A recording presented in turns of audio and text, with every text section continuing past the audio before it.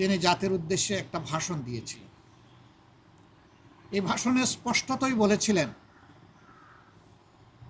শেখ হাসিনা তার কাছে পদত্যাগপত্র জমা দিয়েছেন এবং তিনি তা গ্রহণ করেছেন, মঞ্জুর করেছেন।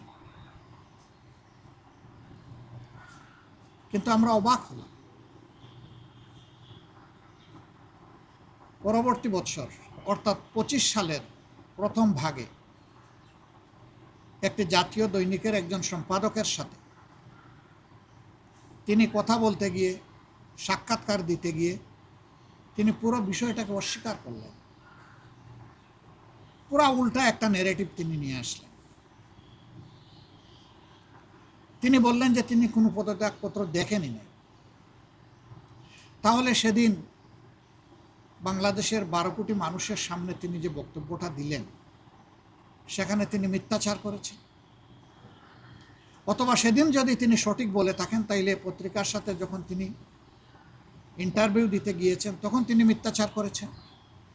পরস্পর বিরোধী, সম্পূর্ণ পরস্পর বিরোধী দুইটা জিনিস তো সঠিক হতে পারে না। আমি সেই দিনই আমার প্রতিক্রিয়া ব্যক্ত করে বলেছিলাম যে দুইটার যে কোনো একটা মিথ্যা হবে। যদি একটাও মিথ্যা হয়, যে কোনো একটা, তাহলে প্রেসিডেন্ট তার শপথ ভঙ্গ করেছেন। রাষ্ট্রের সর্বোচ্চ মর্যাদার এই পজিশনে থেকে তিনি মিথ্যাচার করতে পারেন না।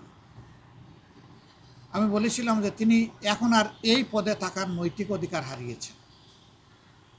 আমি বলেছিলাম তার জন্য উত্তম হবে নিজ থেকে সরে যাওয়া। তিনি যাননি।